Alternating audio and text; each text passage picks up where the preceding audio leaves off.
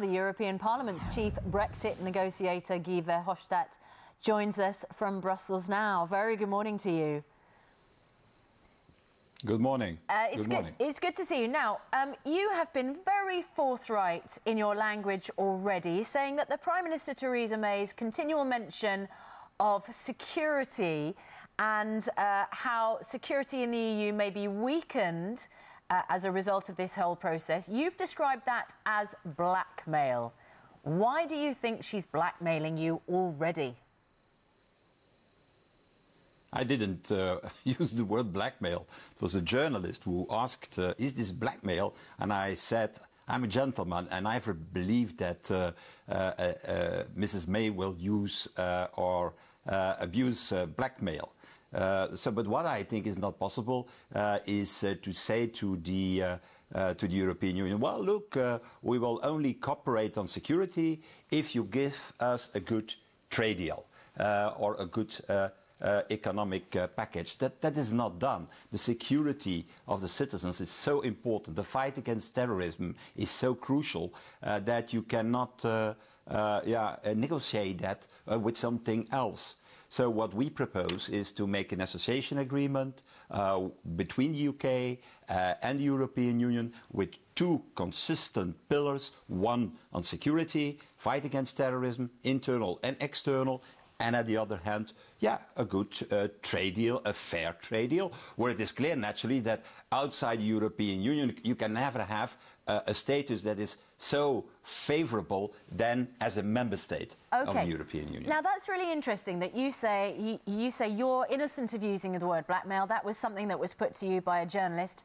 We, as journalists, interviewed our very own Brexit secretary here on the sofa just an hour ago. Yeah. He said, you know, we're not bargaining over security, but obviously everything to do with security is up for negotiation. I wonder if there's people watching who are thinking, shouldn't you guys all just, you know, stop talking publicly and get into that negotiating room and sort the deal out? Because otherwise we are going to be talking about every single word that's used, and we're only on day one.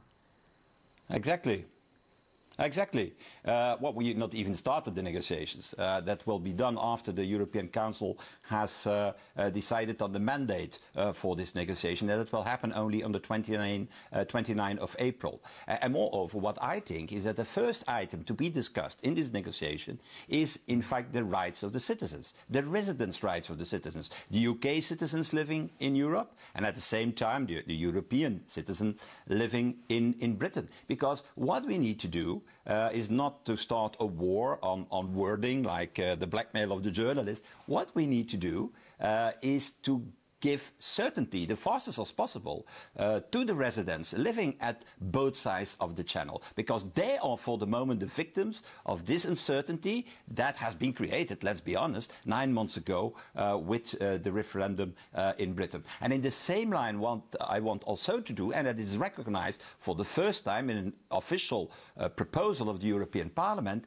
is to think to these many UK citizens who will lose now, against their will, their rights linked to the EU citizenship. Yeah. And for the first time in a document of the European Parliament, we recognise that we need to do something about it. It's the negative effect of this Brexit for UK citizens. Guy, one of the things that will be concerning our viewers this morning, of course, is the idea that there could be a huge bill waiting to be paid by Great Britain to leave the EU. It's been bandied around somewhere around £50 billion at the moment.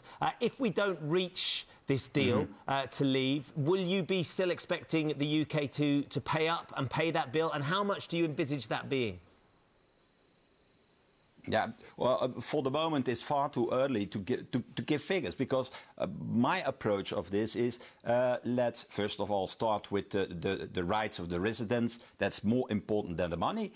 And my second point is, let's, on the bill, try to have an agreement on the principles. What needs to be paid? What are the commitments that have been made? What are the liabilities that are on the table? And let's do that in an objective way before talking about figures. That's the best way to go forward in this. And that there will be a bill at the end, I think it's normal. Everybody, I never had a divorce in my life, but everybody knows that when there is a divorce, you cannot say to the partner that you are leaving, well, you are paying all the bills in the future. That never happens in a divorce. But I'm pretty sure that based on sound accounting principles, it has to be possible to find an agreement between the UK and the EU on that.